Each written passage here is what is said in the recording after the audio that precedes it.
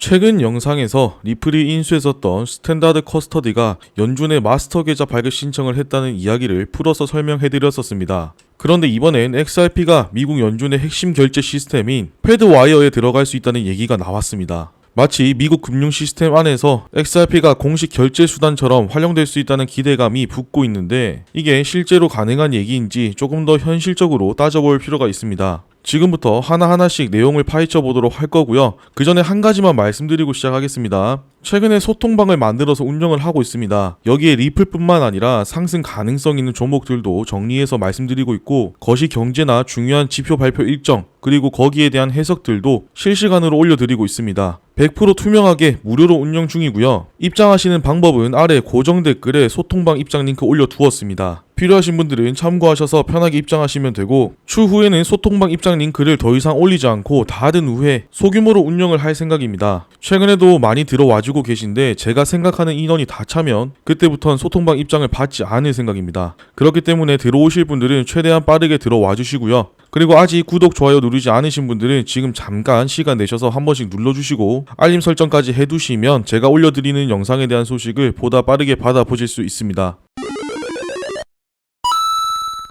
패드와이어는 미국에서 매년 1000조 달러 이상의 자금이 오가는 중앙은행 운영의 실시간 결제망이죠. 미국 내 은행들 사이에 오가는 대규모 자금 대부분이 패드와이어를 통해 처리되고 연준이 직접 운영하기 때문에 보안이나 통제 측면에서 굉장히 까다롭게 관리되고 있습니다. 이런 시스템에 XRP가 연결될 수 있다는 주장이 나오는 이유는 기술적인 연결 가능성이 전혀 없는 건 아니기 때문이에요. 패드와이어 시스템을 기술적으로 지원하는 기업들 중에 볼란테나 피나스트라 같은 업체들이 있습니다. 연준이 패드와이어를 직접 운영하긴 하지만 이걸 사용하는 은행들 입장에서는 자체 시스템을 연동하고 메시지를 주고받을 수 있게 중간에 기술을 연결해주는 소프트웨어가 필요한데 그 역할을 하는 게 볼란테나 피나스트라 같은 기업이에요. 이 회사들이 하는 일은 쉽게 말해서 은행 내부 시스템과 패드와이어를 연결해주는 다리 역할을 합니다. 은행이 결제를 요청하면 그걸 패드와이어가 이해할 수 있는 메시지 포맷으로 바꿔주고 연준 네트워크에 맞춰서 처리까지 자동으로 해주는 시스템을 제공하는 거죠. 그리고 이 구조 안에 리플은 이미 파트너로 들어가 있습니다. 게다가 이런 연동 구조가 가능한 또 다른 이유가 하나 더 있어요. 바로 패드와이어와 리플이 둘 다 같은 국제 메시지 표준 ISO 20022를 채택하고 있다는 점입니다. 은행이나 중앙은행 같은 금융기관끼리는 그냥 돈을 보내는 게 아니라 거래 내역, 계좌 정보, 결제 사유 같은 여러 데이터를 정해진 형식으로 주고받아야 합니다. 이 형식을 맞추는 게 바로 IS 20022이고요. 앞으로 전 세계 금융기관 대부분이 이 포맷을 써야 하는 상황이라 시스템과 호환성은 필수 조건이 됐죠. 리플은 이걸 아주 빠르게 적용한 대표적인 블록체인 프로젝트고 연준의 패드와이어도 이미 ISO 20022로 전환 중이라 서로 메시지를 주고받을 수 있는 기본 틀은 갖춰져 있는 상태입니다. 여기까지만 보면 XRP가 연준 시스템 안에 들어가는 것도 그렇게 멀게 느껴지지 않을 수 있습니다. 그런데 가장 중요한 구문점이 하나 있어요. XRP가 기술적으로 연결될 수 있는 구조에 포함되어 있느냐와 XRP가 연준의 결제 시스템에서 실제로 결제 자산으로 쓰이냐는 것은 완전히 다른 문제입니다. 예를 들어 어떤 전자결제 시스템이 비자카드랑 연동되었다고 해서 정부가 그 시스템을 비자 전용 결제망으로 운영하는 건 아니죠. 단순히 연동이 가능한 것과 정책적으로 채택한다는 것은 다르게 봐야 한다는 얘기입니다. 지금 상황을 보면 패드와이어와 연결된 민간 시스템 안에서 XRP가 쓰일 수 있는 구조는 일부 열려있는 건 맞지만 그렇다고 해서 연준이 XRP를 공식 결제 수단으로 받아들인 건 아니라는 점을 명확히 구분해야 합니다. 지금까지 연준의 입장을 보면 민간에서 발행한 암호화폐를 결제 시스템에 직접 포함시키는 건 거의 생각하지 않고 있다고 봐야 합니다. 왜냐면 연준은 통화 정책과 금융 시스템 안정성을 가장 중요하게 보는데 XRP처럼 가격 변동성이 크고 연준이 통제할 수 없는 자산은 결제망에 들어오는 순간부터 통제력을 잃게 되기 때문이죠. 연준이 통화 정책과 금융 시스템 안정성을 가장 우선시하는 이유는 연준의 핵심 역할 자체가 뭡니까? 바로 물가 안정과 금융시장 전체의 안정성 유지, 그리고 달러의 신뢰를 지키는 거죠. 만약 통화 정책이나 금융 시스템이 흔들리면 물가가 급격히 오르거나 은행들이 줄줄이 무너지는 상황이 생길 수도 있습니다. 그렇게 되면 결국 경제 전체가 흔들리게 되겠죠. 그래서 연준은 직접 통제할 수 없는 외부 자산, 특히 가격 변동성이 큰 민간 암호화폐 같은 것을 중앙 시스템에 쉽게 들이려고 하지 않는 거고요. 실제로 연준은 이런 부분을 피하기 위해 자체 디지털 화폐 CBDC 개발이나 자체 결제 시스템에 집중하고 있습니다. 패드나우는 2023년에 정식 출시됐고 지금은 미국 내 은행들과 바로 연결돼서 실시간으로 결제가 처리되는 시스템으로 운영되고 있습니다.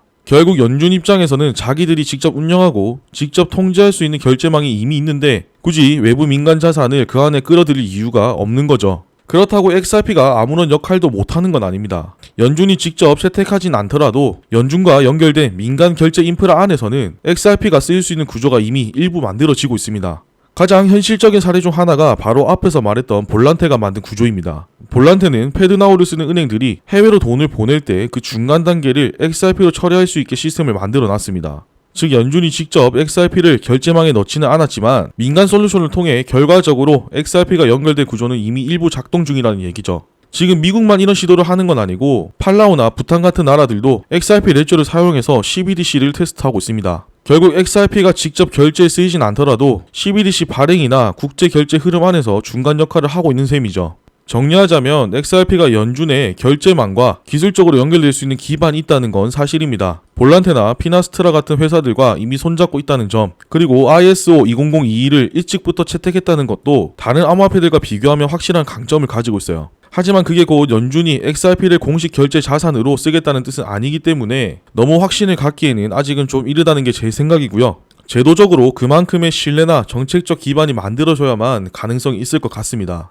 지금은 민간 시스템 안에서 간접적으로 쓰이고 있는 상황이고 앞으로 진짜 결제망에 들어가려면 기술도 안정돼야만 정부 쪽에서 받아들이지 않을까 싶네요. 지금은 기대보다 현실이 더 단단하게 버티고 있는 시점입니다. XRP가 기술적으로 앞서 있는 건 분명하지만 그게 곧바로 제도권 채택으로 이어지진 않죠. 하지만 준비는 이미 시작됐고 지금 움직이고 있는 흐름들이 결코 헛된 건 아닙니다. 그래서 더더욱 지금 어디까지 왔는지를 냉정하게 보면서도 끝까지 흐름을 따라가는 눈을 놓치지 않아야 할 때라고 생각합니다. 영상에서 다 담지 못한 내용이나 참고 자료는 소통방에서 따로 먼저 알려드리고 있습니다. 리플 말고도 상승 가능성이 있어 보이는 종목들도 기술적 분석을 통해 이해하기 쉬우시도록 공유해드리고 있고 전체적인 시장 분위기나 방향성에 대한 제 생각도 매일매일 체크해드리고 있습니다. 아래 고정 댓글에 입장 가능한 링크 올려두었고요. 100% 투명하게 무료로 운영 중입니다. 앞서 말씀드렸다시피 제가 생각하는 정원이 다 차면 그 이후부터는 입장 링크를 올리지 않고 소규모로만 운영할 생각입니다. 필요하신 분들은 빠르게 입장해 주시고요. 지금처럼 불확실한 시기일수록 먼저 움직이는 흐름을 잘 따라가는 게 중요하다는 걸 아셨으면 좋겠습니다. 오늘 전해드린 내용이 유익하셨다면 잊지 마시고 구독, 좋아요, 알림 설정 한 번씩 눌러주시고요. 저는 또 알찬 내용 준비해서 돌아오도록 하겠습니다. 감사합니다.